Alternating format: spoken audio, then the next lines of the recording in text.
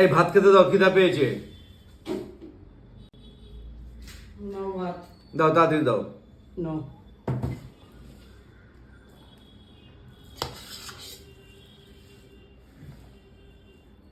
আর দিও না, হাতুলি গালিয়ে পুড়িয়ে কি করেছি বাবা, এগুলো আর ভাত খাওয়া যায়? দাও, তরকারি ফরকারি কি আছে দাও। কি করবো? হাতে হাতে যদি না করে দাও তাহলে কি করে করবো বলো? সকালবেলা ছেলে কাজে যায়। এই ডাল, হ্যাঁ। আর কি আছে? আর কিছু নেই। এই টক ডাল? না, ওইটা হচ্ছে অন্য ডাল। কি ডাল?